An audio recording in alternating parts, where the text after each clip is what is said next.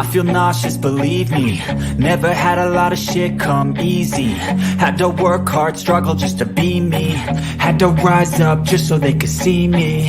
Did what I had to do just to feed me. And what was left over I put towards my dreaming. But the only thing in life that has meaning are the things you gotta work for, believe me. Take into your hands a plan your own hands can land. Man, feeling well, man. What's your name? My name is Cardi Cornish. And you a legend?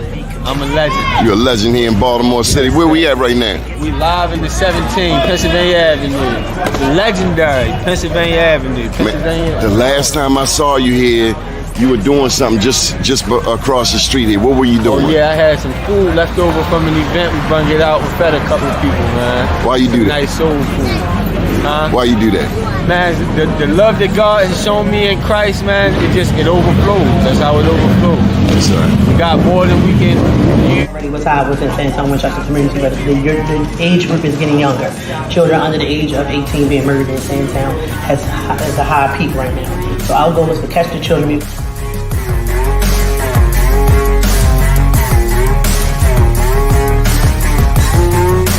Damn. You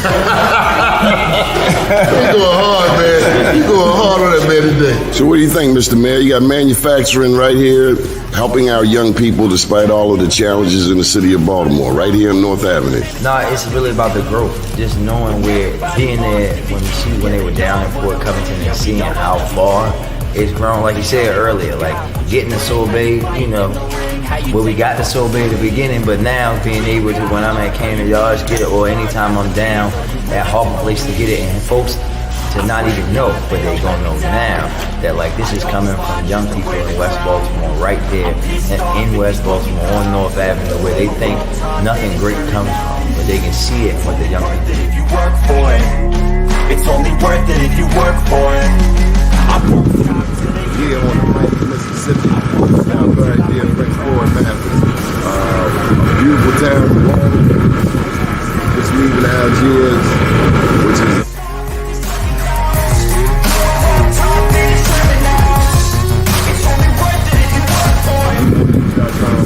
an update 10 years since Katrina. The news before.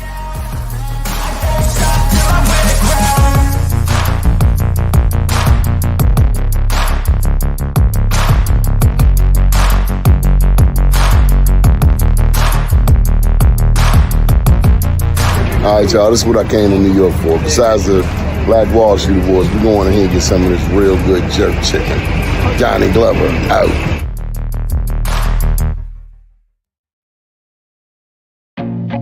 I feel nauseous, believe me. Never had a lot of shit come easy. Had to work hard, struggle just to be me. Had to rise up just so they could see me. But we need to feed our loved ones. DOCS needs to rescind this package policy program so that our loved ones are able to eat every day in that filthy facility. We have some stars in the building. I feel like no one takes it. First name is Doni, last name is Glover, in it to win it for the long haul, baby. It's a beautiful day in the neighborhood. Joining us today to talk about Baltimore County, the one and only John Rydell. Good morning, John. How are you? Good morning, Doni. Doing great. How you doing? Doing pretty good, pretty good. We also have with us Danny Blount. He's from Baltimore County. Good morning. Hey, good morning, guys. Thank you, Johnny, for inviting me. All right, and Linda. How are you, Linda? Good morning. How are you? Good. So, John, you've covered this story for Maryland Matters. What have you seen with this 4 more years? And thank you for the information you have shared with me. Somebody's got some feedback out there. Who's that? I don't know. Can you hear me okay? Can you hear me, Doni? Yeah. Okay, all right. So we'll go with this. John, you've enlightened me to some things. Like this whole expansion of Baltimore County is more than just about 2 or 4 more seats. It's also about going from part-time council people to full-time council people. It's about pensions. It's about money. It's about money that the county will pay. And then it's about equity. Help me out, John. Well, quite frankly, Linda probably knows a lot more than I do. I've spoken to her about it, and but you're right. It's more. Well, the county council approved their own charter amendment to expand the council from 7 seats to 9 seats, and that was a very, very tough sell, because when I started talking to some of the council members, they were very vague on it. There were very few that came right out and said, "Yeah, we need it. It's past due."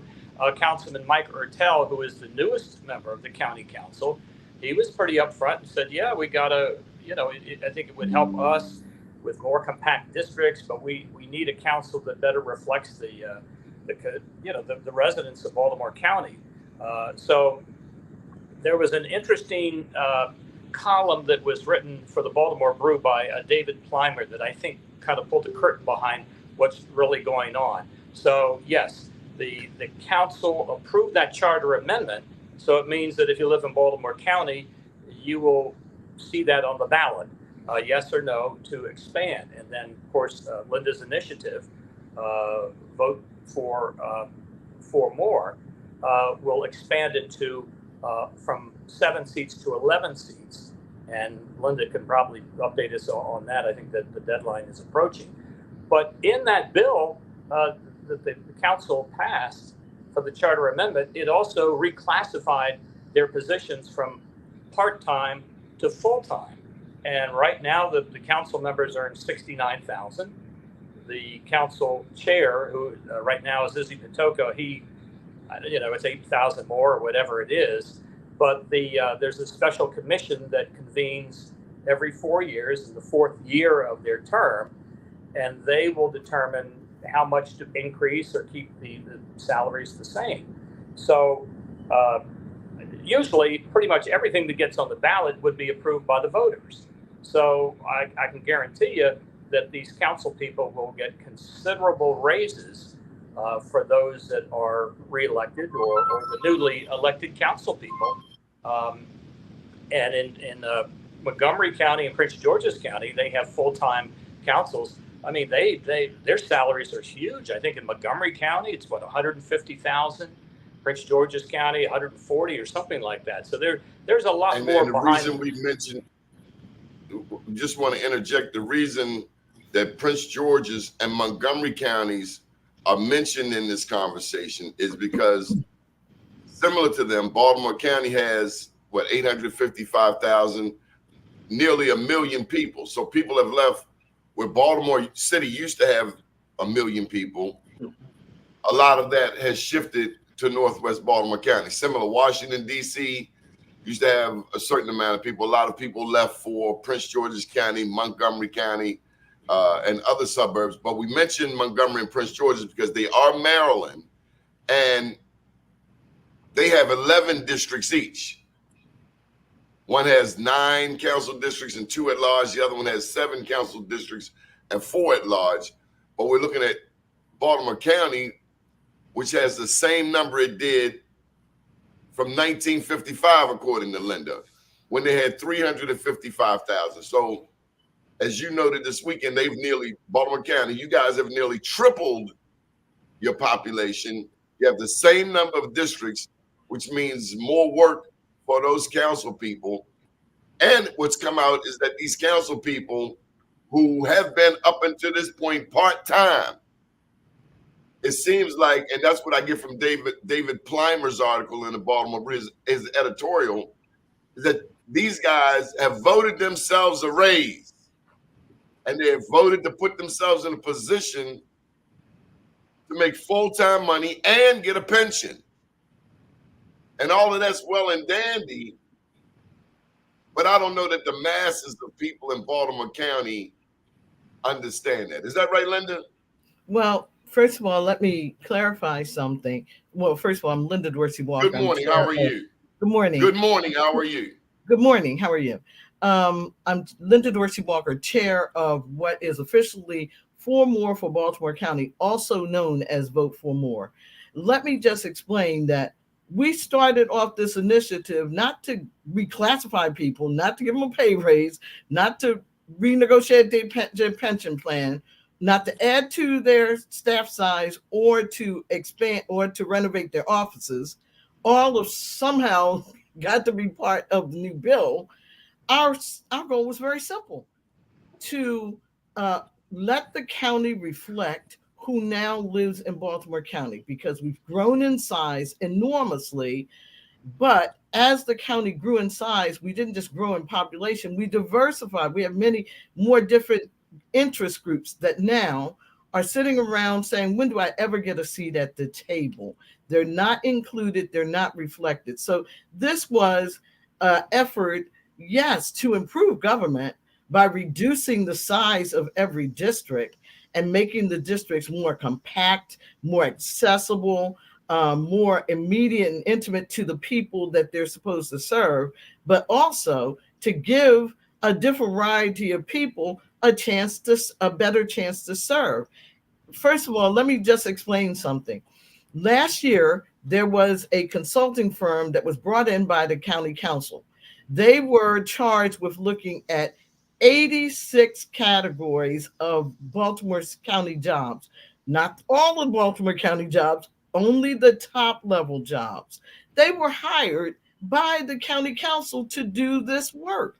And as part of it, they decided that across the board, these top level positions, including things like the county administrators, the county attorney, a whole variety of people in law enforcement and so forth, and other categories, were underpaid approximately 50%, including the county council. So let's start with the $69,000 that you mentioned. The upper ceiling for all those 86 jobs was increased by 50%. It won't go into effect until the next time that they have to run. Okay, so if you are maxed out, and you can reach your max after only 6 years, okay, and all of them will have served, except for Ertel, 6 years. So number one, they were already going to go up to like $105,000 with the next session. They said that they're being paid only half salary. That's the new argument. Now, they're going to wait till the end of the session to have the raise that this company said they were supposed to have. Then they also said on top of that, that they were only working, or people only consider them working half-time, and they want to be considered full-time employees. So now increase the salary even higher than the $105,000 they were going to go up to. So if you double that, that puts them above $200,000. I don't think people paid attention to that all of them already got a raise. Probably not, Linda. Huh? Probably not, because it's very confusing. Would you agree, Danny? It is confusing, and it was all strategically planned to do it that way. And what actually helped them to take it to another level was, of course, the petition for 4More and all of this other stuff. So they had a base to actually put it forward. Right. The other county positions were given permission to have that adjustment made July 1st of 2023. The only category that was told they would have to wait until the end of their current term was the county council. So they were waiting to the end of their current term to be able to qualify those that can for the maximum salary. But in the interim, they've now also, as part of this new proposed plan, voted to make themselves go from half-time to full-time. So they've made quite a change in their current salary level, or will be starting the beginning of next term. But let me talk about what's happened over the weekend. 4More. I guess everybody got together in Northwest Baltimore and Southwest Baltimore. Linda, let's break it down. You need 10,000 signatures by July 29th. Yes, that means we have today, 2 weeks from today is July 29th. That's the last day that I can walk in and give them signatures. They were only going to take them twice. And so they took them from us early, and I turned in 10,275 signatures. They said, that's great. We're going to count them over the next 2 to 3 days to make sure. I got you, Linda. I'm going somewhere with this. John, should she have had to go and get these signatures at all? Well, I'm sorry, you're asking me about the petition drive, should she have needed to go and get any signatures? Why didn't the council just do this themselves? Oh, you mean to vote to increase the size of the council by 4 seats? Yeah, I mean, if they want the Baltimore County Council, and we're talking about the supermajority. This is Izzy Batoka, a Democrat. He sided with the 3 Republicans, and some people had an issue. They felt like he betrayed the Democratic Party because the county, you have 4 Democrats and 3 Republicans, and that's what Julian's argument is. But why didn't they just go straight to 9? Prince George's County, Montgomery County, very similar number of people in the population, but they only want to increase it to 2. What's the dichotomy there? Why is there a difference? Why do some want 2 and others want 4? There was a county work group that analyzed all of this over months and months and months. Tony Campbell, I think, was the chair. I spoke to him, and they couldn't reach a consensus among the people. Some of them wanted 9 seats on the council. Some wanted 11. So they somehow compromised at 9. And I guess that's what the council said. Okay, well, this is what the work group suggested. So that is what we'll vote on. Now, Councilman Pat Young actually proposed an amendment that said, well, here we are. Why don't we just right now move it up to 11 seats? And that amendment was rejected. So that argument was out there. And then I think the other argument is that by adding 4 people, and this is, their political answer, I guess, that it would be logistically more challenged. You'd have to reconfigure the council chambers and the offices and the staff. But I mean, that's kind of overlooking the real issue of, we've got a big account, this is a big jurisdiction. There are more people in Montgomery and Prince George's County, but Baltimore County still has 850 some thousand, triple the population. So that's how they came up with the charter amendment to just add 2 of the seats. Well, Linda, I'm coming to you, Linda. Hold tight. But Danny, doesn't this sound archaic?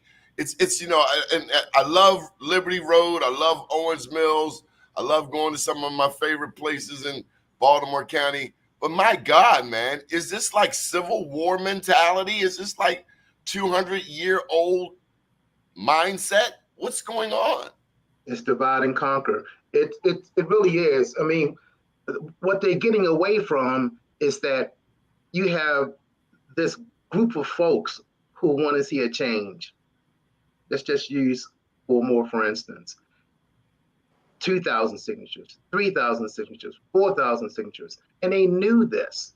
And if they really were listening to their constituents or really facing reality that the county has grown so large, why did they fight us so hard for this? As you said, Donnie, why didn't they do it? Why did they fight you so hard? Why is Linda out there like Don Quixote collecting signatures when she should be enjoying the summer like everybody? Why?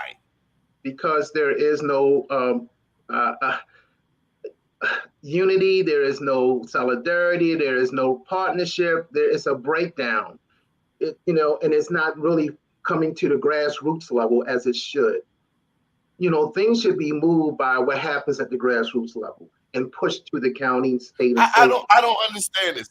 And let me tell you why I don't understand this, guys. Johnny Olszewski won his first term by 17 votes. It doesn't get more grassroots oriented than that. He's on his way to Congress. I get it. Same with Wes Moore. He's doing a fantastic job by many standards as governor, but there's already talk about him running for president. Pardon me, but I live here in Maryland. I want to know what's happening in my neighborhood. I'm all for the country and save the world and save the whales, but you were hired to do a job right here. Now, it's and then John, they say it's politics. No, damn it, it's my life. It's your life, and we want something done now. Linda, bring some clarity to this, would you? All right. So first of all, let me explain something. The work group structure group, it was proposed in September and it was of last year, and it was supposed to start in October. I went to them then in mid and late September, and I said, look, there's a whole group of people. They weren't 10,000 yet, but they're already tons of thousands of these people. That's right. Here are their signatures, and they're already saying we want 11 more. You're saying that you are thinking about possibly, 2 more instead of 4 more. Why don't we use one question? And I developed the one question that would put, because Linda, that's the thing. And they said no, absolutely not. Mm-hmm. Look, Linda, if you get those signatures come November, and John pointed this out for me, there will be 2 ballot questions, 2 more years or 4 more years. One. Well, so it's going to be a hot mess. Right. So now let me explain what happened. Last summer, Izzy Patoka went to the Islamic Society Festival, and he stood in front of a whole group of people and said, look, folks, I'm in favor of us going immediately to 9 now, starting this year, put it on the ballot, and then switching to 11 2 years from now. He didn't just say it in that venue. At the very last hearing of the Work Group Restructuring Committee, and my brother, Keith Dorsey, the former Budget and Finance Director for Baltimore County, who has more numbers, he's crunched more numbers than anybody else, he was part of it. He was selected by Johnny O to represent the county executive's office. He said at the very last hearing that he repeated it. I want us to go immediately to 9, put that on the ballot for November, and then put in a stipulation that we will go to 11 2 years from now. So I said, well, wait a minute. If we're going to go to 11 that fast, why not just go there now? And so, the argument about how much it's going to cost in terms of space, the auditor's office, which shares the floor with the county council. I've worked for Baltimore County for a very long time, and more than once. That auditor's office wasn't always there. There's 17 people that sit back in the auditor's office. Let them go back to some other place, and then you will have a huge space on the same floor, contiguous with the county council chamber that already accommodates 17 people. So the whole bogus argument of where would we put them and all that is resolved by opening the door at the end of the hallway.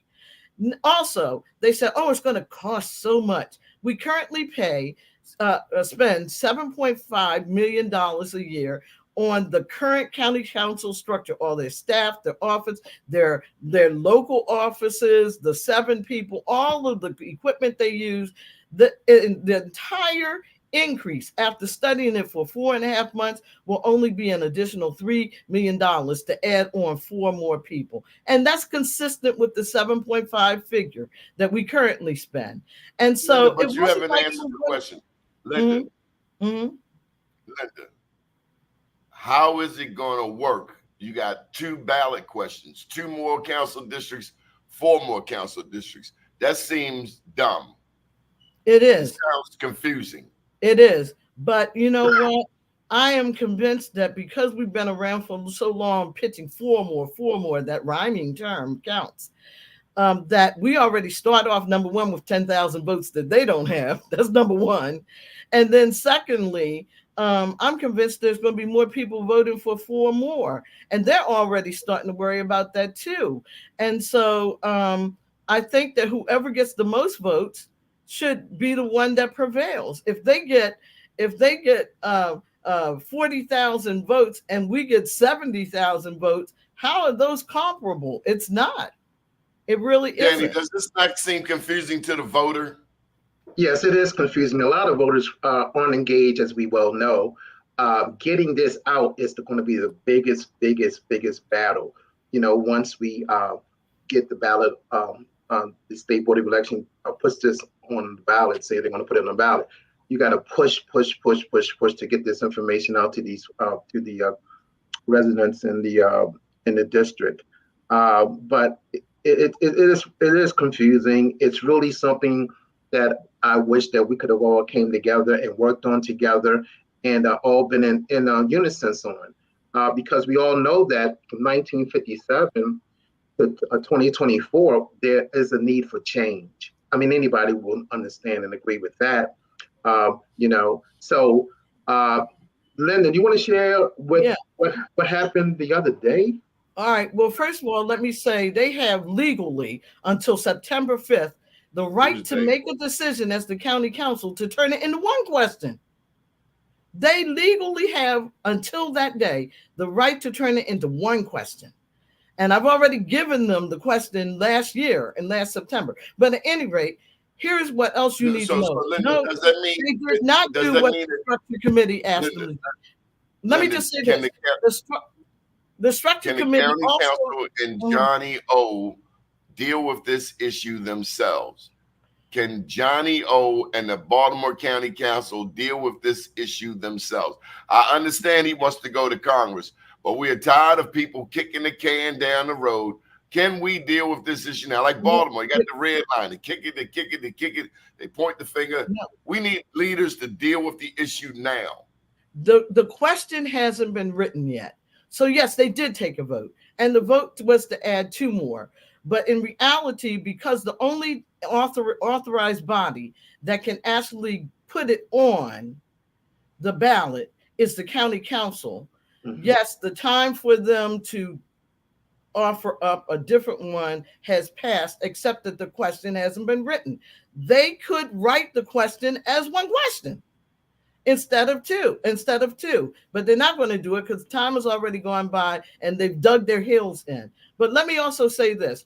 I know Mr. Rydell was saying that they did what the structure work group said. No, they didn't. The structure work group said that there should always be a pathway, a near-term pathway to 11. So they said, let's go with 9 for now. And they said, even though our population is about 855,000 now, the minute we hit 900,000 as a population, which would be 100,000 people per district if you had 9 of them, then there should be an automatic trigger to go to 11. And based on what the planning department from the state and the county said, they said we would be there in about 6 years. And so they ignored what their own work group said. They only went with the let's go to 9, and they took off the let's expand the boards and commissions. We're going to have 2 more people, but you're only going, and there's 57 boards, and only 3 of them are under their bill authorized to expand. So you're going to have 2 more people that start off second-class citizens because they wouldn't have the right to name people to the 57 boards and commissions.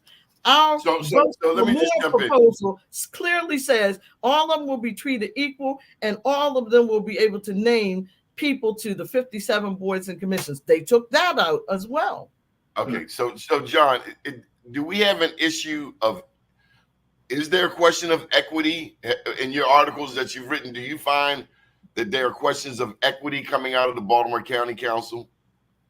Well, first of all, I agree with everybody. This is how could you have 2? I mean, and we may have 2 questions on the ballot.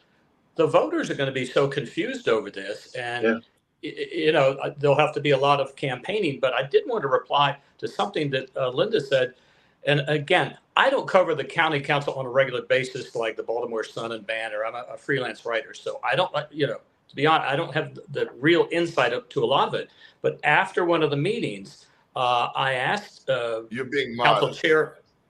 I asked Council Chairman Patoka a little bit about it, about the 11 and the 9, and he said in the bill it's structured that if the county's population increases to 1 million, he didn't say 900,000. He told me if it increases to 1 million, then the council would automatically expand to 11. So I'm even more confused than most people on that. Does that make sense? That was taken out. What the structure work group proposed was 900,000, and there's no trigger at all mentioned in the bill that went forward that they voted on 3 weeks ago. Okay. So we would be stuck at 9. And the new set in stone number, instead of being 7, would then become 9. And so Danny asked me a question: what changed over the weekend? Well, you may recall at that meeting that they had 3 weeks ago, there was a very impassioned statement given by council member Tom Young. And he said his family had basically an encounter with him. So Pat Young, Councilman Pat Young, and asked him why didn't he support Vote for More, and why wouldn't you want all of this diversity and inclusion that's needed so that it'd be reflected. And he said he thought about it, and he said, and he was all tearful and all that, and the people in the audience, some of them started crying. And so at the end of all of that, when they voted down his 2 amendments, he came up to me, he stuck out his hand, and he said, Linda, I want to apologize to you. I was late to the dance, but I'm here now. Do you have one of your 4 more petitions? Because I'd like to sign it now. And right there in front of everyone, the media that were all patting Izzy on the back for making a history-making decision.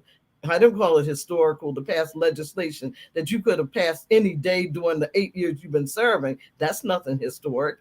But they were all praising him and patting each other on the back.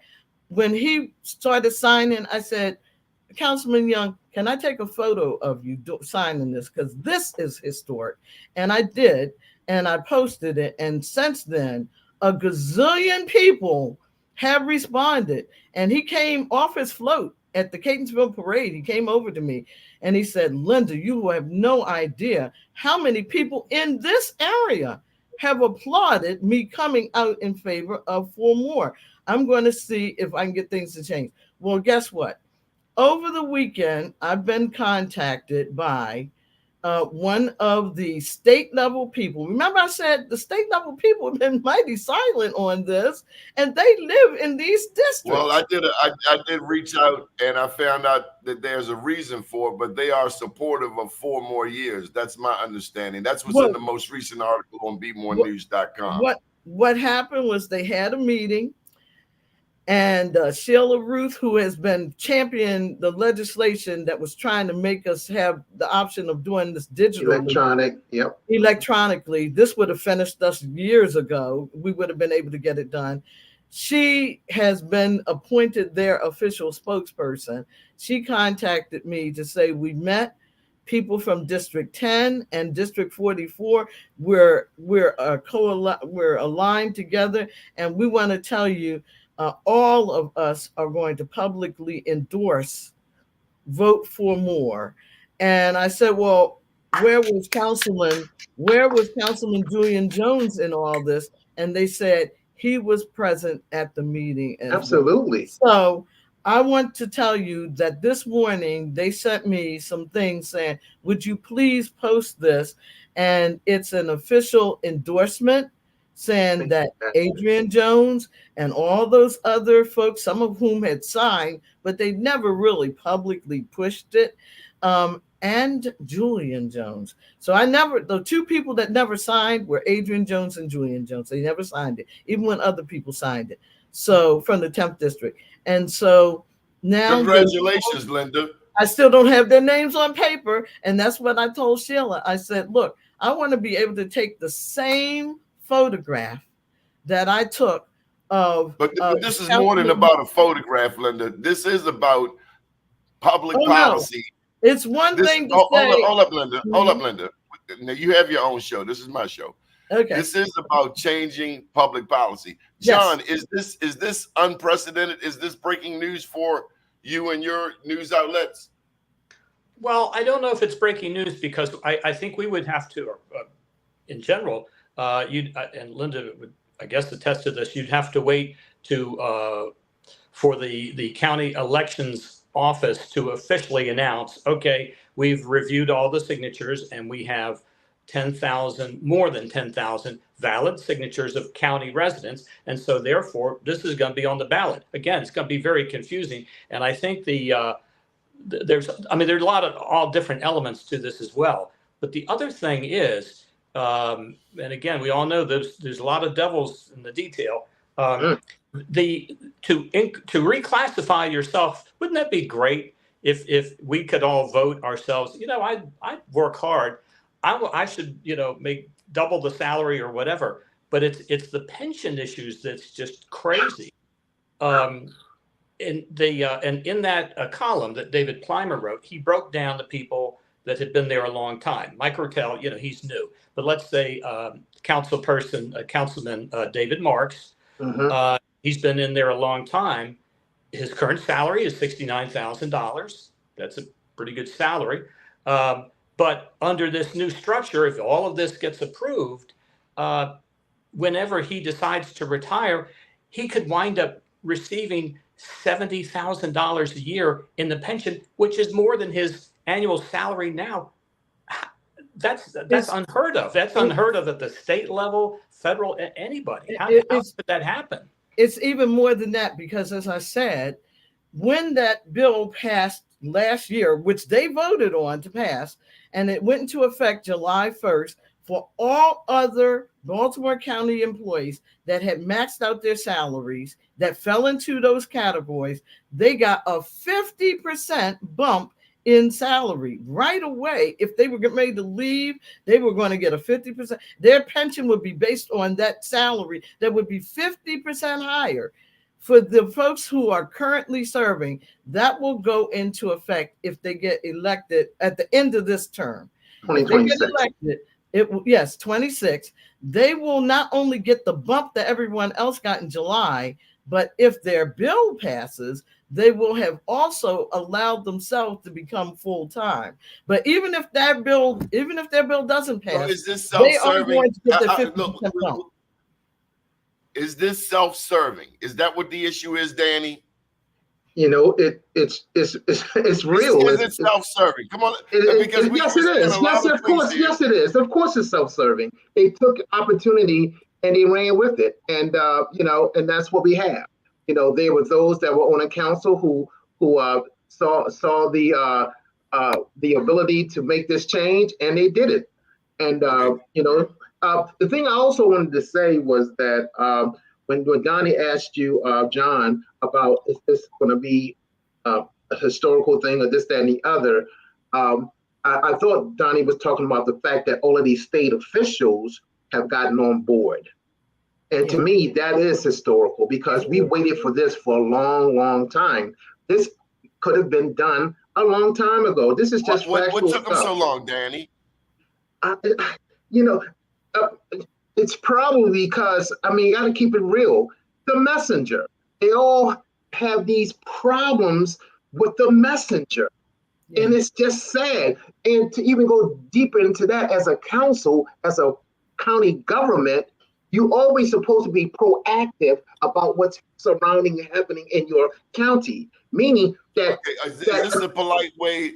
Is this a polite way of saying that Linda needled them to death? Without the persistent and the blessings of God have brought this to this fruition. This has all come full circle. This has been a battle. That's why you never give up. You never give up. And the fact that we didn't, so Linda, it allowed the council to do a work group, and it allowed everybody else to come together and realize if they don't support 4More, that 2More is going to destroy their districts. Yeah. That's the reality of it all. And being proactive in government. Well, do I feel vindicated? Well, it's not about feel vindicated. It's not so much about vindication. Do you? No. Let me just explain. I've been doing this stuff for Baltimore. No, Linda, we don't have that much time. You got long stories. Do you feel vindicated? Yes, I do. There you go. And I'll feel better when I actually damn see well two you feel people vindicated. I want to see Adrian and Julian. I have all the rest of their signatures on a 4More form. I've sitting judges that have signed. I have police officers that have signed. Republicans, independents, people from every. It is a great job. And you have to. Adrian and Julian Jones, I want to see their signatures on. Absolutely. Don't just endorse. Don't just say you endorse. Now, tomorrow, we're going to have a community meeting in Baltimore County. It's Councilman Jones' meeting, and I said if he wants to, when and where? It's going to be at Owings Mills Library at 6:00. If he wants to publicly endorse not just let me put it out there that he endorsed it, but if he wants to publicly sign it, I'm more than welcome it. Same thing for Speaker Jones. I'm more than welcome that occasion because, you know, I have pictures with the county executive's dad and all these other people signing it, but not. Let's stay focused. Let's stay focused. John, is this now also boiling down to the county executive race? I mean, with Izzy Patoka siding with the 3 Republicans, Julian's statement on Be More News that Izzy has betrayed the Democratic Party and wanting sanctions against Izzy. Is this boiling down to who controls the council and who becomes the next county exec? I mean, it's no surprise that, that these two want to be the next county executive. And Correct. This is probably a lot of what has been kind of brewing up to the surface over, quite some time. But what, and I when I asked this to Linda, I'm not hosting the show here, but when I was reaching out to the Republicans, they were like, they didn't either want to talk to me or they were, I'm not really sure about this. So the 3 Republicans they weren't on board at all. Do you think it was Izzy Patoka's effort to just say, hey, listen, if you vote for this, you're going to get a huge raise because we're going to reclassify your position as full-time. It wasn't probably just going to get over raise. $100,000 a year. And so if you're on the fence, you're like, that sounds like a pretty good deal to me. And your pension is going to be, in some cases, more than your annual salary. It was the map, John. It was the map. It was the insistence that it must be his map and no one else's map. Only he drew up the map. Right. And everyone, even the Republicans, were like, how did you come up with these lines and so forth? Those lines worked so well in their favor that it was an opportunity that they could grab. If somebody's giving you the candy store, why not take it? That's right. And that he gave them the candy store. And so a lot of folks have been asking what would incentivize a person to give the folks that he had been opposing until now the entire candy store. Unbelievable. Ask that question. You can't make this stuff up. Initially, I thought that map was probably devised by the county work group because I'm saying, okay, well, if you're debating whether to increase it to 9 or 11, that kind of thing. No, that was all drawn up by Izzy and friends. Right. But those friends let me get this right. What is Izzy's political background? What do you mean? Whose camp is he coming out of? Well, I mean, who brought him into politics? Martin O'Malley. He worked for Martin O'Malley, and he worked for LifeBridge. And I worked with him on LifeBridge doing community stuff. But he came out of Martin O'Malley appointed him, and he was actually elected official for the city. Martin O'Malley has had his hand in Baltimore politics before with County Executive Jim Smith, right? And it went back to Baltimore City, absolutely. Mm-hmm. And then he came to Baltimore City, and then there was that whole thing about David S. Brown developers, right? Yes, he has a very strong following in the Pikesville area, so he feels like he's got to protect his constituency. And one of the things with the different versions of the map that were drawn up, when you go down to 78,000 people, that historic area, which even in redistricting, you can protect historic areas, was going to be protected. So it wasn't even like, oh, I have to protect my historic area. It was shown to him. This is how that historic area would be protected. So there was no real reason to come up with a different version of the map, because under redistricting, you can take that into consideration. And it was taken into consideration with several versions of the map that were drawn up by the redistricting committee that showed how you could come up with 11 districts and still protect historic areas, have more of a better reflection of minorities and so forth, because we now live all over the county, not just in Northwest Baltimore County anymore. And I don't just mean African Americans, all minorities. African Americans make up 30% of the county. How many council seats do you think the Black community should have? If the council is to be truly reflective, we use those terms diversity, equity, and inclusion quite often in vain. How many seats are you seeking? I would think at least at the minimum 2, at the maximum 3. So.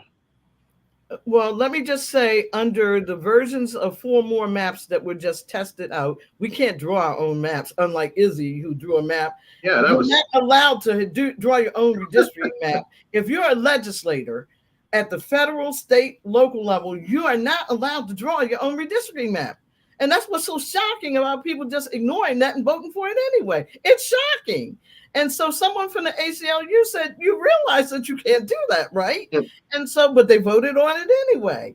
And so, but the thing of it is. So is Julian right, Linda? Linda, is Julian right that Izzy should be sanctioned by the Democratic Party? I mean, are you saying he unethically drew a map? No, he unethically brought in the Republicans? I'm a little. That's the argument that he's making. My argument is this: that it shouldn't have been done. That Vote for More, every version of the map that took us to 11, whether you started drawing initially from the east side of the county and went west side of the county you got east, or started in the center, every version of it came up with 5 minority districts. Didn't mean 5 African American districts. Right. Because, for example, in the Padonia International Elementary School area, it's called International Elementary School for a reason. It would be mostly Latino, South Asian, and Continental African. Over in Parkville is already 50-50 minority. Baltimore County is 50-50 minority, non-minority. Linda, you're losing me a bit. How many council seats do you want for African Americans, considering African Americans make up 30% of the county? It's not about what I want. It would likely. No. Linda, come on, Linda. No. I have to be real. I have to be real.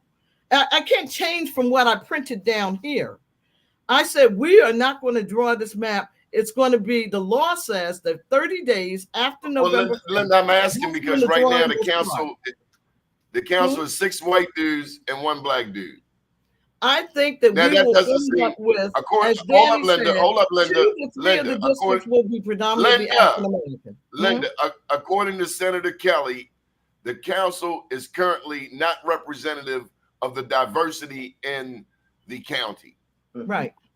So I'm trying to get a number from you. And I'm saying, and I'm being specific, 5 of the 11 districts will turn out to be predominantly minority. And of that 5, 2 to 3 of them will be likely predominantly African American, maybe not in the first 6 years, but after 6 years, yeah, definitely, just based on growth patterns. See, I go by the numbers. And then the other 2 would be likely Latino or South Asian. And it may over time be that one of the 5 that starts off predominantly African American may become predominantly either South Asian or Latino. But there would definitely be 5 of the 11. And that's still not 50-50. In fact, some people are arguing that we've already slightly gone past the 50-50 mark, that we're now at 51% minority. So people shouldn't be fearful. If 5 out of 11 is minority and we have already gone slightly past the 50% mark, maybe, then people shouldn't be upset by that. Okay, John, one of the things I've been asking this group about is getting young people, getting the next generation involved. I don't see a lot of effort to bring in the next generation of leaders. Who has been on your radar as of the past couple of years, past elections? So I know there was a young man named Amanzi. What's his name, Danny? Amanzi. Amaya. Yeah. John, are you seeing new faces come onto the scene? Because and we see this quite often in, where the ball is not being passed. Well, I'm sure there are, and those names I'm not familiar with. There'll be people that it's like, I never heard of this person, that person, and then when you look at their resume, it's like, well, that's pretty, that's pretty impressive, where they went to college or they were community activists. So and this is what Linda has been talking about. If you increase it to 11, now you're going to have a lot of more people just say, well, now maybe I have a chance. If it's just the 7 people, how are you going to topple these incumbents that have been on the council? I don't care who, if somebody like me wanted to run, I'm not going to have a chance against the people that you see, on the council. So yes, I think that, again, there are people that I don't even know of, but we may hear of, especially if the council is expanded to 11. But I wanted to say something about the map. Yeah, I was kind of puzzled when I heard that it wasn't the county work group that came up with it, that it was a council person. And Izzy Patoga happens to be the council chair, but he's one person, he's a council person. But don't you think once, let's say all the voters say, we're fine with having the council expanded to 11 seats, that map only reflects 9 districts. You're going to almost have to start over again, which is a good thing, because you're going to have public hearings, redistricting hearings, and just like you do at the state level when they have to redraw those legislative districts, that's far more confusing. Baltimore County is a huge county, so if it's 11 districts, it's still a tedious process. But I would think that it would be totally different than that map that you see now. Oh, sure. His map wouldn't have any effect. The legal process would be 30 days after November 5th.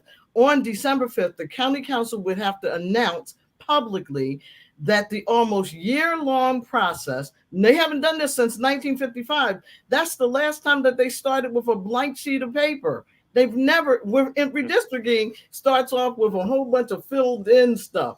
1955, they started with a blank, and they said, let's start drawing from scratch.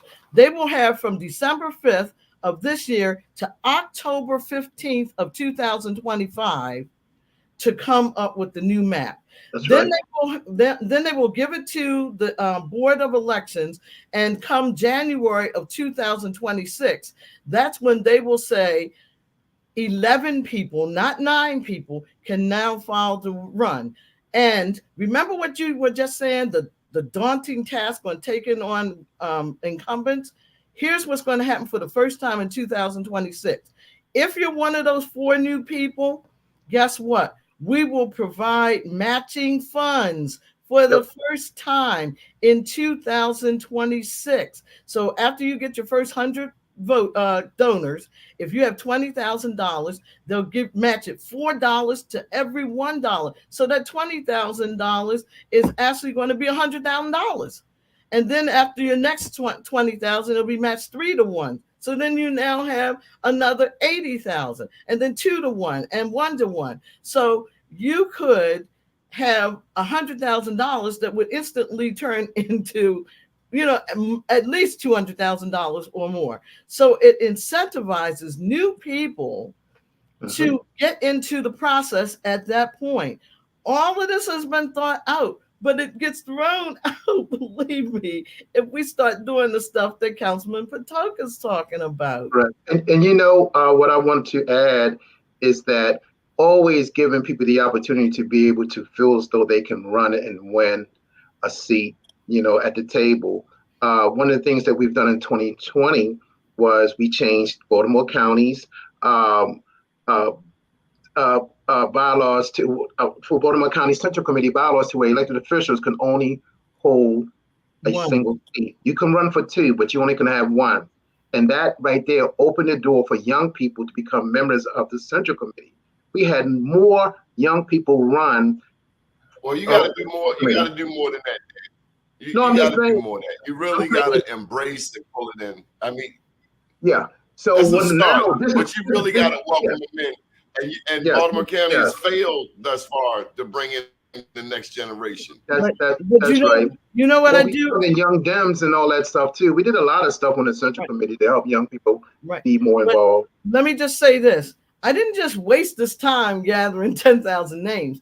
Every time young people came up to sign the petition, I asked, where do you work? What do you do? Have you ever thought about getting involved in politics? Because I wouldn't want to run for one of these positions. Okay, but if this passes, it says that we will be taking on people, 228 new seats, 4 people times 57 boards and commissions. We got 57 boards and commissions in Baltimore County. Yeah, here's where you go to look them up.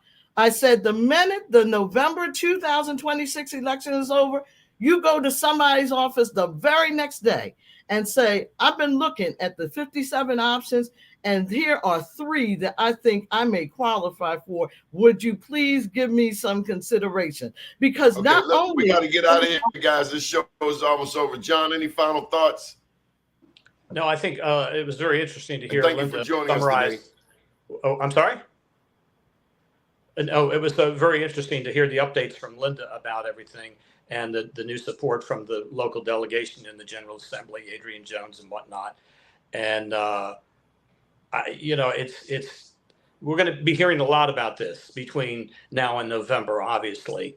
And, 2 competing ballot questions we'll see. I think, that'll obviously, be up to Linda and her supporters to just say, hey, we should really go with 11, and we'll see how it plays out.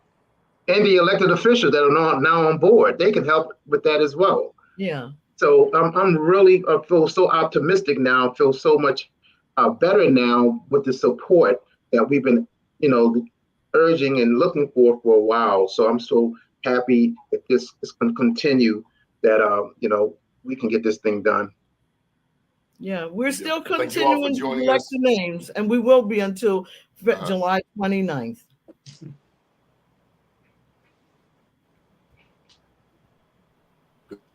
Thank you all for joining us this morning. Good morning, world. All right. Thank you. Thank you for having us. How do I do this?